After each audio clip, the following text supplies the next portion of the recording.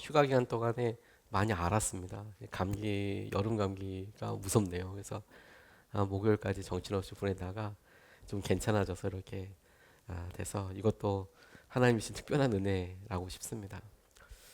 지난주까지 다윗과 골리앗의 싸움에 대해서 우리가 같이 살펴보았는데 마음으로는 한 주 더 다윗과 골리앗의 싸움에 있어서 첫 번째 주에는 골리앗의 입장에서 바라봤다면 두 번째 주에는 다윗은 어떻게 믿음으로 반응하였나, 하나님께서는 뭘 하셨나, 이제 이것과 관련돼서 아마 또 한번 잡아서 이야기를 나눌 것 같습니다. 그런데 이제 오늘 본문 말씀은 그 다윗과 골리앗의 싸움 이후에 큰 승리를 경험한 다윗에게 닥쳐왔던 하나님께서 또 다른 승리와 성숙과 성장을 이끌어 가실 때에 그가 마주하게 됐던 일상의 삶에 대해서 우리가 좀 같이 질문해보고 적용해보고 싶습니다. 많은 사람들에게 골리앗을 만나는 두려운 순간도 있고 그 골리앗을 넘어서는 순간도 있는데 그것을 승리와 또 하나님께서 하신 여러 체험과 경험으로 알고 난 이후에 우리가 맞게 되는 그 다음 날은, 그리고 반복되는 일상은 그렇게 화려한 승리의 날이나 사람들의 연호하고 환호하는 것과는 사뭇 다른, 전혀 다른 질문들과 영적인 형편을 마주하게 하는데, 이것이 오늘 본문을 통해서 우리가 누릴 수 있는 교훈이고 도전이라고 싶습니다. 내려놓음이라는 책을 쓰신 이용규 선교사님과 관련돼서 한 목사님이 이런 일화 하나를 나눠 주셔서 제게 큰 도전이 되었었습니다. 그 목사님은 외국인 노동자 사역을 하시는 목사님이셨는데, 외국인 노동자 사역을 하면서 여러 교회로 찾아오는 외국인 노동자분들에게 나누는 것에 있어서 특별한 어떤 달란트가 있으신 분이셨습니다. 그래서 본인의 것을 나누고 먹이기도 하고 교회에서 재우기도 하고 또 여러 필요가 있으면 그것을 구해서 입히기도 하고 여러 이들에 있어서 특심을 가지고 있는 참 귀한 그런 목사님이셨습니다. 근데 사역이 오래 되다 보니 이분도 본인의 삶에 있어서 나누는 사역 자체가 그렇듯이 나누고 나누다 보면 본인에게 있어서 재정의 한계도 또 역량의 한계들도 경험하게 되는 때가 있는 것 같습니다. 이분에게도 그게 왔어요. 어느 순간에 이렇게 보니까 아이들은 등록금 내기도 어렵고, 그리고 자기의 삶에 있어서 다른 사람들이 있을 것 혹은 해야 할 것들에 대한 제약이 많다는 것을 알게 되고, 왜 이런 일을 맡게 되나, 믿음으로 했는데 왜 이런 삶을 내가 마주하게 되나. 그래서 이런 문제들에 대해서 물어보고 싶더래요. 사람들한테 왜 주님의 길을 가는데, 그리고 더 기쁜 일을 하는데 왜 궁핍해질까, 어려워질까. 근데 마침 그 지방으로, 그 목사님이 속해 있던 지방으로 부흥회를 인도하시러 오시던 그 강사분이 이용규 선교사님이었던 거예요. 당시에는 몽골이라는 곳에서 사역하고 계셨습니다. 한참 사역 초기에 하나님께서 참 귀한 일을 하실 때에 그때였어요. 그래서 이분이 생각하기를, 그 이용규 선교사님 하나님을 위해서 외국인을 이렇게 사역하고 그러는데 자기의 이런 마음의 갈등과 어려움들을 그분에게 좀 물어보면 좋겠다, 이런 생각이 들어서 기다리셨고, 그리고 본인이 자원해서 다른 여러 섬김도 있지만 이 강사분을 이제 숙소에서 집회 장소로 모셔오고 끝나면 다시 숙소로 모셔가는 일을, 그 운전하는 일을 본인이 자원해서 하시겠다라고 그렇게 꼭 맡겨달라고 해서 이분이 섬기게 되셨답니다. 지방에서도 중견 목사님 정도 되시는 분이 그 일을 또 자청해서 섬기겠다고 하시니까 그렇게 하시라고. 그래서 이분이 섬기는데 다른 것들보다도 그 오고 가면서 하는 이야기 통해서 이분이 많은 위로를 생각을 하게 되셨대요. 특별한 내용도 아니었습니다. 아무래도 여러분, 집회 자리에서 설교하고 간증하는 것도 있지만 끝나고 나면 이제 숙소로 돌아가는 길에 밀렸던 전화도 하게 되고 급하게 답을 해줘야 될 것도 있지 않습니까? 근데 그런 이야기를 앞에서 운전하고 계시니까 본의 아니게 자연스럽게 듣게 되는 것이죠. 반쪽짜리이긴 해도 이런 이 통화를 통해서 이게 어떤 내용인지 우리가 통화 내용을 보면 대충 짐작할 수 있잖아요. 근데 이런 내용들을 주로 나누시더라는 거예요. 이분 이야기가 조심스럽지만 그 동료 선교사님이 이동하는데 뭐 택시비가 없어서 고생했던 이야기, 아이들을 학교 보냈는데 학교 등록금이 없어서 어떻게 하면 좋을지, 교회가 이런데 이런 상황에서 어떻게 하면 좋을지, 이제 이런 이야기들을 통화를 하다 보니까 이게 상상되는 게 있잖아요. 힘드시구나, 어렵구나, 저런 이야기를 하시는구나. 근데 그런 이야기 들으면서 이분은 굉장히 마음속에 담대해지게 됐대요. 왜냐하면 내가 못하고 어려워서가 아니라 저렇게 믿음으로 하나님의 은혜 가운데 쓰임 받고 있는 중인 선교사님도 자기랑 똑같은 고민하는구나. 어떻게 교회를 혹은 어떻게 택시비를 어떻게 자녀들의 등록금을 대야 될지를 놓고 고민하고 계시는구나. 그게 굳이 묻지 않았는데도 자기한테 정말 커다란 위로와 도움이 되셨다. 이런 이야기를 나누시는 것을 듣고 저도 참 많이 공감이 됐습니다. 다윗과 골리앗의 싸움을 지켜보고 나면 그 놀라운 결과에도 놀랍지만 그 일로 인해서 드러나게 된 앞으로 일들이 전혀 다른 분위기에 바뀌는 것에 또 놀라게 됩니다. 이 결과로 인하여서 사람들이 다윗을 엄청 환호하고 마치 찬양하듯이 연호하듯이 다윗이 한 일을 막 이렇게 집중하기 시작했습니다. 사람들을 환호했는데 이 승리의 길은 정말 흥분되고 그리고 주목받고 신나는 길임에 틀림없었을 것 같지 않습니까? 근데 여러분, 그런 전쟁과 승리의 삶이 계속되는 것은 아닙니다. 그렇게 환호와 그런 큰 기쁨이 있었던 것이 계속 지속되는 것이 아니고 오히려 바로 그때에서부터 시작된 전혀 다른 삶의 증상들, 삶의 중요한 징후들에 우리가 영적으로 민감하게 반응해야겠다고 싶어요. 바로 그 자리, 그 승리를 축하하는 자리에서부터 그의 또 다른 성장과 또 다른 훈련의 길이 열렸기 때문에 그렇습니다. 저는 그 내용을 오늘 이 본문 말씀에서 발견하고 같이 우리가 붙잡고 기도하고 싶습니다. 첫 번째로 오늘 본문 말씀에서 우리가 발견할 수 있는 것은 다윗과 골리앗의 싸움을 통해서 일어난 이 놀라운 승리, 이 결과, 이 축복과 많은 사람들이 인정받는 바로 이때가 다윗에게서는 참 큰 기쁨일 수도 있었겠지만 바로 그 순간 그 시간이 비교와 경쟁이 시작되는 자리였다는 시간이었다는 것에 주목하고 싶습니다. 비교와 경쟁 시기가 시작되는 곳이더라. 오늘 8절 9절 말씀을 보면 이렇게 나와 있습니다. 이 말에 다윗은 몹시 언짢았다. 생각할수록 화가 치밀어 올랐다. 사람들이 다윗에게는 수만 명을 돌리고 나에게는 수천 명만을 돌렸으니 이제 그에게 더 돌아갈 것은 이 왕의 자리밖에 없겠군 하고 투덜거렸다. 그날부터 사울은 다윗을 시기하고 의심하기 시작하였다라고 그렇게 이야기하고 있습니다. 사울이 다윗에 대한 마음이 어땠냐면 의심하고 시기하기 시작하였다라고 그렇게 성경은 이야기하고 있습니다. 그런데 여러분, 사울이 그와 같은 마음을 가지고 있다는 사실을 다윗이 알았을까요? 몰랐을까요?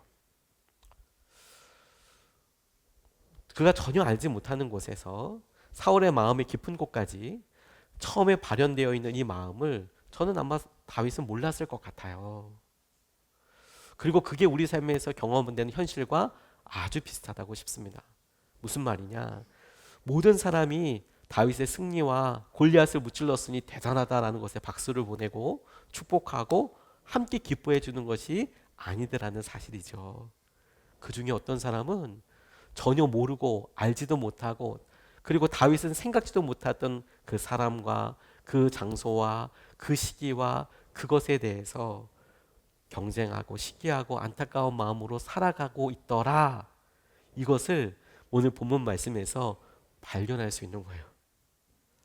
그러는 법인 거구나. 그런 사람들이 있는 거구나.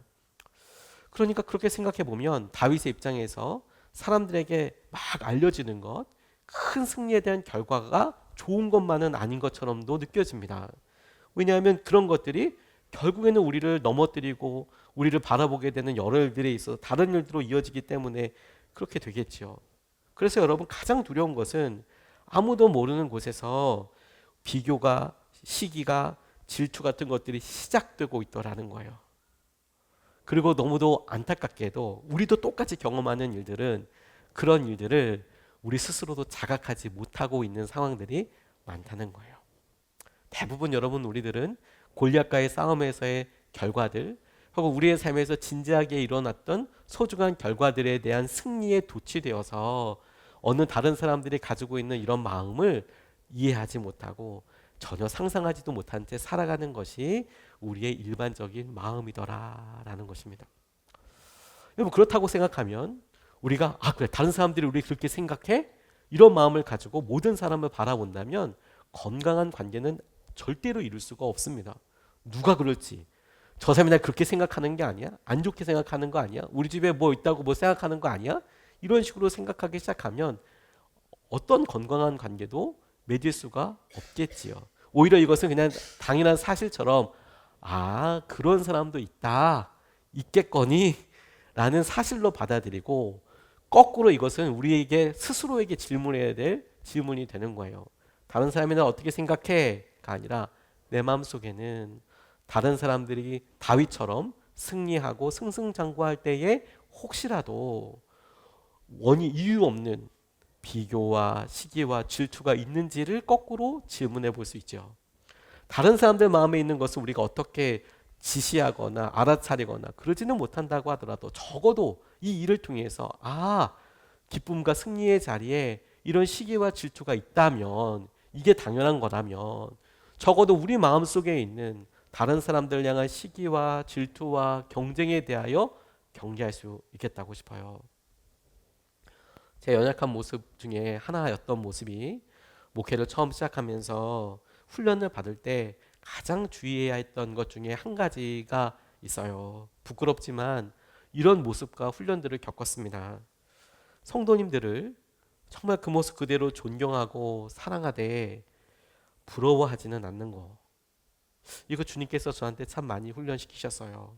무슨 말이냐면 믿음의 분투를 하면서 직장에서나 가정에서나 여러 당면한 일들에 믿음으로 대하고 있는 모습이 참 존경스럽고 그리고 그런 열심과 하나님 은혜에 대해서 사모하는 마음도 같이 있고 그리고 마음껏 그 성도님을 사랑해 드리되 정작 그분을 제가 부러워하고 그리고 제가 정작 그분이 갖고 있고 혹은 누리고 있는 것들에 대해서 나도 그런 것을 누리고 싶다라고 생각하는 순간 진정한 축복과 진정한 나눔은 허락되지 않기 때문에 그렇습니다.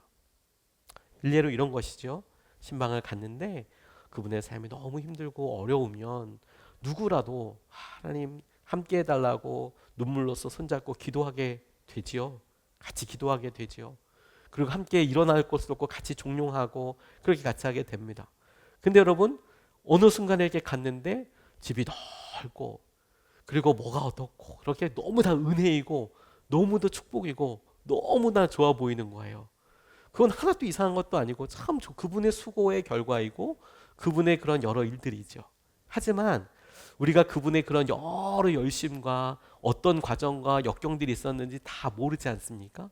모르는 상황에서 보면 하나님의 은혜네 다 은혜로 이렇게 하나님께 다 해주신 거네.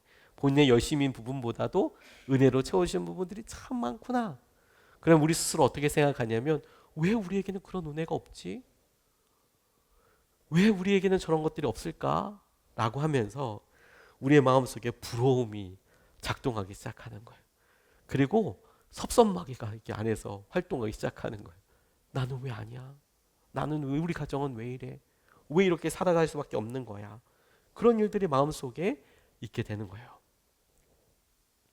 사울의 마음이 시기와 경쟁과 질투라고 얘기했을 때 처음서부터라 물론 그럴 수도 있지만 정작 우리의 마음속에 실제로 경험되고 상황들을 보면 처음에는 다윗이 이긴 것은 우리나라를 위해서 꼭 필요한 일이었어. 골리앗은 누군가가 꼭 죽였어야 될 일이었어. 지극히 합리적이고 합당하고 너무도 선한 의일들이 다 있는데 그럼에도 불구하고 그의 마음속에 뜬금없이 들어오는 이 시기와 질투는 이성과 합리적인 결과의 이론들의 결과가 생각들의 결과가 아니었어요. 마음의 부러움이었죠. 내가 골리앗을 이겼었어야 되는데 내가 저런 노래의 주인공이 돼야 될 텐데 내가 저런 것들 누려야 할 텐데 그것이 지금 다윗의 모습을 통해 드러난 사울이 보고 마음속에 시기와 질투가 있더라 라는 겁니다.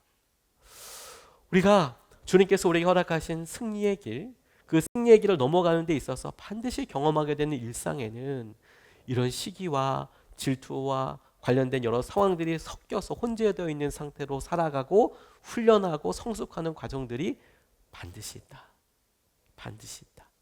다른 사람들에게 그런 일들이 있다면 마음을 잘 다스릴 것과 당연하구나 생각하는 것과 다른 사람들 향한 마음이 우리 마음이 그렇다면 이걸 얼른 끊어내야 되는 거구나. 아니면 내가 사울 될 수도 있는 거구나.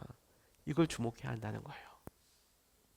두 번째로 오늘 본문 말씀에서 발견되는 승리 이후에 우리에게 경험되는 일상의 성숙과 성장이 지향하고 나타내는 바 중에 하나는 갑작스러운 공격과 애매한 경계들이 반드시 있다라는 겁니다. 승리의 길을 경험하고 또 다른 성숙과 성장으로 나아갈 때 그 날마다 반복되는 일상, 날마다 마주하는 장면들마다 우리가 보게 되고 발견되는 깜짝 놀라운 일들은 우리를 향한 갑작스러운 공격도 있고 우리가 어떤 일을 판단하고 분별할 때 애매한 경계들이 있다는 거예요. 그게 승리에서 또 다른 하나님의 성숙으로 이어지게 갈 때 훈련 과정 중에 반드시 통과되는 일입니다. 오늘 10절과 11절 말씀을 보면 이렇게 나와 있어요. 바로 그 다음 날 하나님이 보내신 악한 영이 사울에게 내리덮치자 사울은 궁궐에서 미친 듯이 헛소리를 질렀다. 다윗은 여느 날과 같이 수금을 탔다. 그때의 사울은 창을 가지고 있었는데 그가 갑자기 다윗을 벽에 박아버리겠다고 하면서 다윗에게 창을 던졌다. 다윗은 사울 앞에서 2번이나 몸을 피하였다라고 이 장면을 이해하고 있습니다. 앞서 다윗이 사울이 자기를 시기하고 질투하고 있다는 것에 대해서 몰랐을까? 처음에는 분명히 몰랐을 것 같습니다.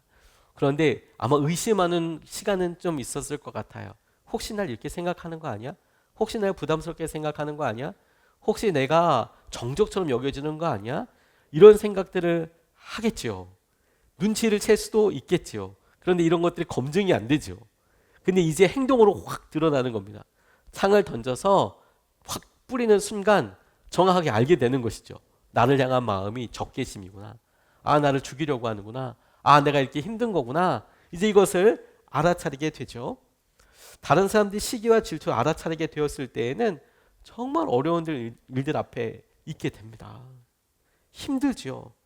특별히 언제 그렇게 이게 말이 창으로 날라올지, 행동이 창으로 날라올지, 평가와 어떤 이야기로 확 다가오게 될지 이런 걸 모른다는 점이 정말 두렵습니다. 그런데 여러분 여기에 한 가지 특별한 것 한 가지가 있는데 하나님이 보내신 악한 영이 지금 사울을 괴롭히고 있는 거잖아요. 근데 하나님이 보내신 악한 영이 사울을 괴롭히고 있는데 그런데 그 창 끝이 사울에게 해당되는 게 아니라 그 악한 영이 사울을 통해서 다윗에게 그 창을 던져요. 그러니까 지금 하나님께 벌을 받거나 하나님께서 지금 다루시려고 하는 사람은 사울인데 그 사울에게 임한 하나님이 보내신 악한 영이 이상하게도 다윗을 공격하게 한다는 거예요. 이게 애매하다는 겁니다. 왜냐하면 하나님이 보내셨다는 것과 악한 영이다라는 것 자체가 사실 설명하기가 참 되게 복잡하면서도 마치 양립될 수 없는 것처럼 느껴지는 경우도 있는데 근데 실제로 그 하는 역할을 보니까 사울에게 해당되는 일이 아니라 정작 죽을 만큼 힘든 것은 다윗인 거예요. 사울이 그렇게 돼서 정작 그 창끝 헤매고 도망 다녀야 되는 사람은 다윗인데 가만히 생각해 보니 하나님이 보내신 악한 영은 사울에게는 큰 피해이지만 다윗에게는 그의 삶에 창으로 다가오듯이 달려오는 훈련의 통로가 되고 있더라는 거예요. 이게 애매하다는 거예요. 그러니까 어디까지가 하나님께서 하시는 일이고 어디까지가 자기의 연약함이고 어디까지가 사울의 욕심이고 어디까지가 내가 스스로 조심해야 될 것인지가 모호해지는 그런 훈련 과정들이 펼쳐지는 것이죠. 창과 함께 그에게 다가오게 되었습니다. 여러분이 잘 알고 계시는 가늠하다가 현장에서 잡혀온 여인의 이야기 아마 다 알고 계실 겁니다. 그녀를 정죄하려고 사람들이 그녀를 예수님 앞으로 데려왔습니다. 모세는 이렇게 가늠하다 잡힌 사람들을 돌로 쳐서 죽이라고 했는데 어떻게 하겠습니까? 당신이라면. 그들이 정말 율법을 충직하게 따르려고 했다면 굳이 예수님 앞으로 데리고 올 필요도 없습니다. 발견하는 그곳에서 이미 재판과 결정이 내려졌겠죠. 그럼에도 불구하고 그들에게 아주 불손하고 악한 의도가 있었다라는 것을 발견하게 됩니다. 굳이 예수님 앞으로 데리고 와서 당신이라면 어떻게 하겠습니까? 이렇게 묻고 있으니까요. 근데 주님께서 평소에 하셨던 말씀과 근데 그 말씀에도 불구하고 죄인들을 용서하고 사랑하라는 말씀 외에 돌로 쳐 죽이라라는 말씀이 마치 양립되는 것처럼 그렇게 찾아오셨을 때 예수님이 대답하신 것은 정말 의외였습니다. 거기 돌을 들고 이 여인을 단죄하러 온 사람들에게 누구든지 죄 없는 사람이 먼저 돌로 쳐라 이렇게 이야기하시고는 자리에 앉으셔서 땅에다가 글을 쓰셨습니다. 시간이 지나자 그곳에 있던 사람들이 하나둘씩 자신이 들고 왔던 돌을 내려놓고 돌아가기, 흩어지기 시작했습니다. 그리고 그 본문 말씀에는 마지막에 이 여인과 주님, 예수님만 남았다 이렇게 이야기하고 있어요. 저는 그 장면에 저를 한번 떠올려 보았습니다. 그리고 제 삶에, 제 일상의 연약한 부분들에 대해서 다른 사람들을 비난하고 비판하고자 하고 돌을 던지고 싶은 제 마음을 한번 그렇게 적용해 보았습니다. 하나님, 적어도 저 사람은 정말 나쁜 사람 아닙니까? 저렇게 하면 안 되지 않습니까? 저런 것들은 이렇게 해야 되는 것 아닙니까? 이런 판단의 기준들이 저에게도 있고, 저도 말로써 커다란 짱돌을 준비해 가며 이걸 언제 던질까? 언제 정죄할까? 언제 이걸로 저 사람을 아프게 할까? 이런 걸 저도 가지고 있는 그런 연약한 사람인데, 정작 그렇게 주님께서 이렇게 오셔서 누구든지 죄 없는 자가 돌로 치라고 이야기하실 때에 제 성정은, 제 성품은 그래도 던지고 싶은 거예요. 그래도 저 사람은 나쁜 사람이라고. 하지만 그 장면을 가만히 생각해 보면 죄 지은 현장에서 가늠하다 잡혀온 여인, 그 옆에 주님께서 땅에다가 글을 쓰실 때 제가 서 있는 자리에서 예수님을 향해서 던지는 돌이 아니라 여인을 향해서 돌을 던지더라도 예수님을 안 맞추고 예수님을 피해가며 여인만 맞출 수 있는 방법은 없겠더라고요. 제 말의 판단과 제 선택의 기준과 이런 일들이 우리와 함께 하시고 그 자리에 함께 하시는 예수님의 마음과 예수님의 영광과 예수님의 역사하심을 가리키거나 상처내거나 그리고 심지어 가리워버리는 역할을 반드시 할 수밖에 없게 되겠더라고요. 저는 그쯤까지 가고 나서야 비로소 제 마음의 돌들을 조심스럽게 내려놓을 수 있겠더라고요. 그 사람이 좋아서도 아니고 용서해서가 아니라 그래 예수님 때문에 못하지. 하지만 거꾸로 가만히 생각해 보니 저를 향하여서 돌을 던지고 싶은 사람들도 분명히 있을 텐데 하나님은 역시 똑같이 저를 향한 그들의 돌에 피하지 않으시고 같이 맞으시고 같이 지켜주시고 그곳에서 중심이 되어주신다는 사실을 깨닫게 됐어요. 애매한 그런 경계들 가운데 주님께서 함께하고 계시는 것이죠. 우리에게 여러분 갑작스러운 공격이 찾아오고 그거 참 어렵습니다. 이건 참 안타깝지만 사실입니다. 힘이 들어요. 어렵습니다. 참 쉽지 않습니다.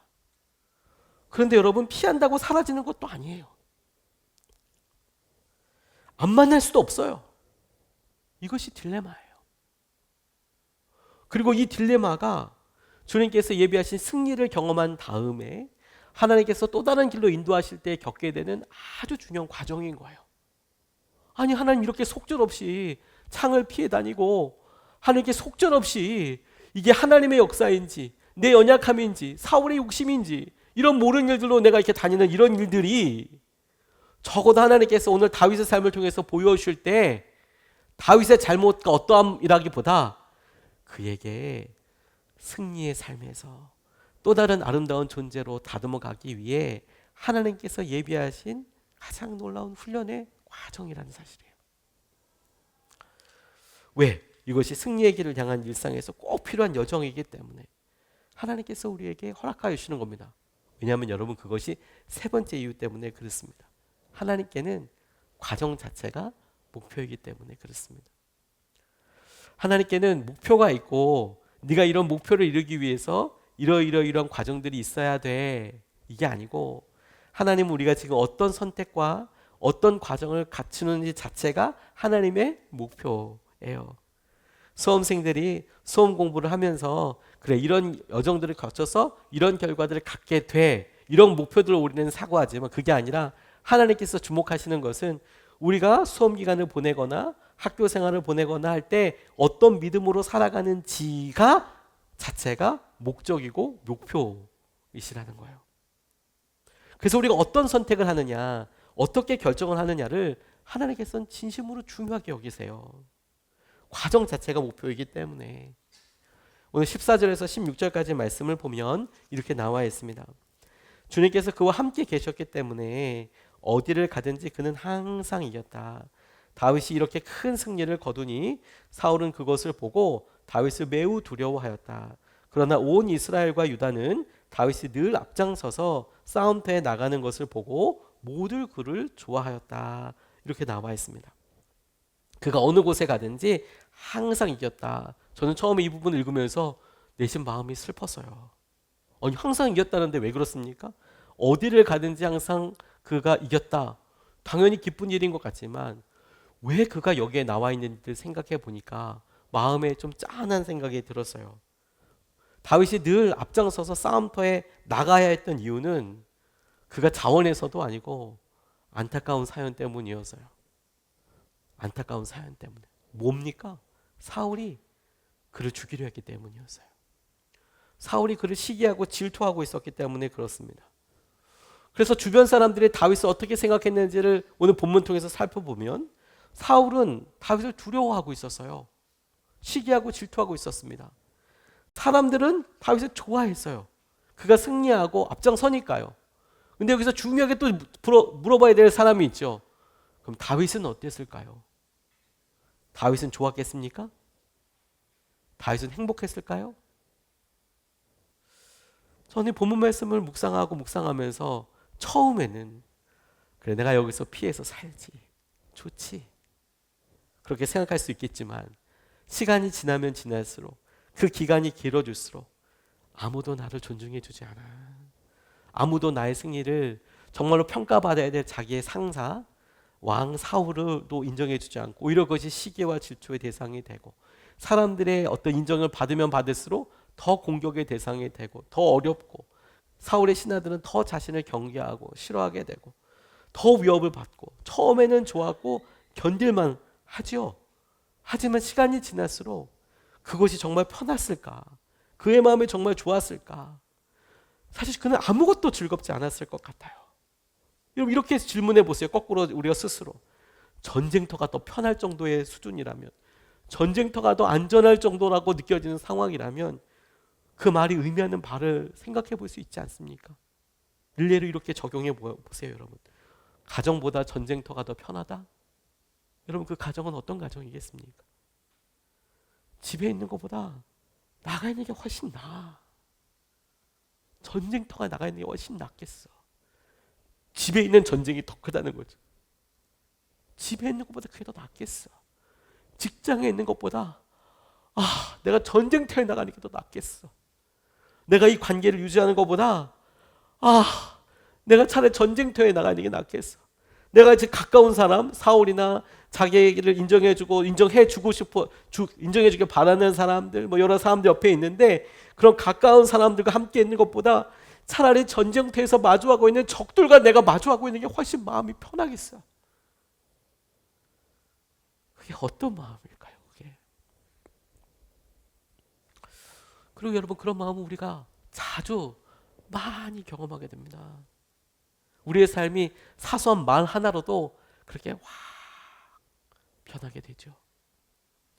학교에서 사소한 실수 하나라도 당장 이곳을 나가고 싶다라는 생각이 들기도 하고, 친구와의 사소한 말 오해 가지고도 그만두고 싶어, 그 자리가 확 변하게 되는 경우들도 있지만, 여러분, 어른들은 좀 다릅니까? 저는 한 집사님이 이런 이야기를, 기도 제목을 나누는 걸 보고 마음에 참 크게 아파했던 경험이 있어요. 그게 뭐냐면, 이분은 1인 기업을 하시던 분이었고 열심히 이렇게 맡은 여러 일들에 이제 납품도 하시고 이런 분인데, 정작 한번 이제 결제 대금을 받으러 갔는데 그 기업이 몇 년 동안 결제를 한 번도 안 해주신 거예요. 우리 학생들은 무슨 얘기일까 싶지만 그냥 하는 게 아니고, 여러분, 돈을 주고 돈을 받고 하는 일에도 많은 과정이 있고 시간이 필요하거든요. 여러분들 부모님이 사실 그러세요. 근데 이분도 성실하게 납품을 하는데 결제를 안 해줘요. 아니, 물건을 주면 돈을 줘야 될 거 아니에요. 근데 물건을 주는데 돈을 안 줘요. 하지만 물량이 많으니까 될 수 있는 한 계속 거기다 이제 납품을 하고 이런 상황이 됐는데, 그때도 조심스럽게 자신이 지금 뭐 나쁜 일 해서 한 거죠. 당연히 받아야 할 돈이지 않습니까? 대금 결제를 좀 원하고 그런 마음이 이렇게 있는데, 갑자기 자기를 마주하는 자기를 담당하는 그 분이, 우리가 회사를 옮기려고 한다고. 이유가 뭐냐고 물어봤더니 단가가 너무 높다고. 이분이 마음이 너무너무 무너지셨어요.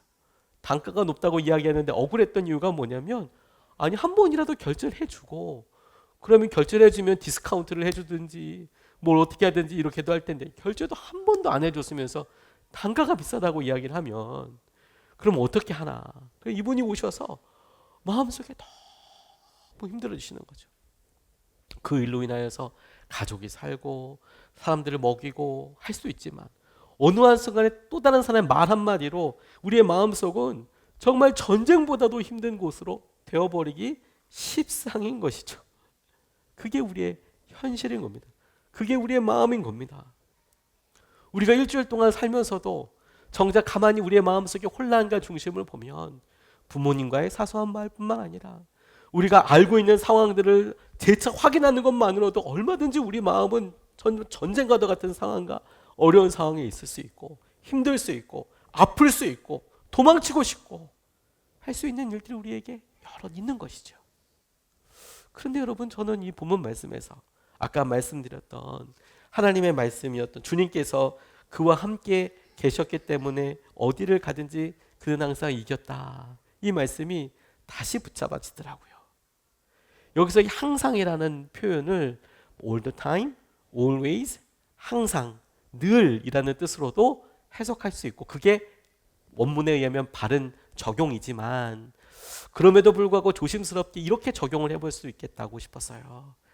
그가 항상 이겼다라는 것을 always, all the time 뿐만이 아니라 whenever, 어떻게 주님께서 그와 항상 함께 계셨기 때문에 어디를 가든지 그가 하나님을 의지할 때마다 항상 이겼다. 그가 하나님을 의지할 때마다 항상 이겼다. 하나님은 다윗에게 항상 함께하고 계셨지만, 다윗이 항상 함께 하시는 그 하나님을 그가 외롭고 힘들고 쫓기고 억울하고 시기와 질투의 대상이 되고 때로는 전쟁과 급박한 상황에 몰리면서 그 하나님을 찾을 때마다 항상 하나님께서 그를 이기게 하셨다. 순간순간 하나님이 하시는 것을 의지할 수밖에 없는 것이죠. 하나님께 과정 자체가 목표다라고 말씀드리는 것은, 여러분, 우리가 경험하고 있는 일에 대하여 우리는 이 일의 끝과 결과가 좋을 거야, 이런 말을 듣고 싶어 합니다. 저도 그렇습니다.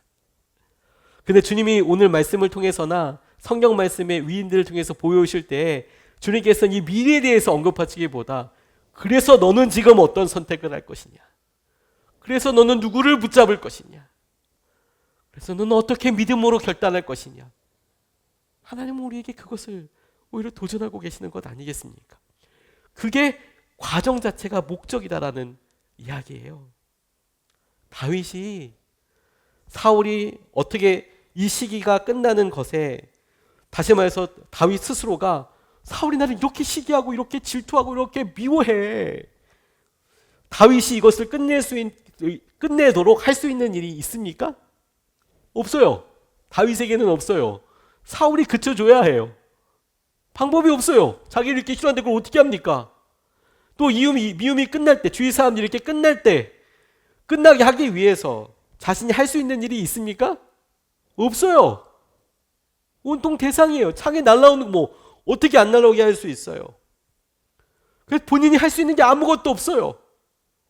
그럼 다윗은 뭘 해야 하죠?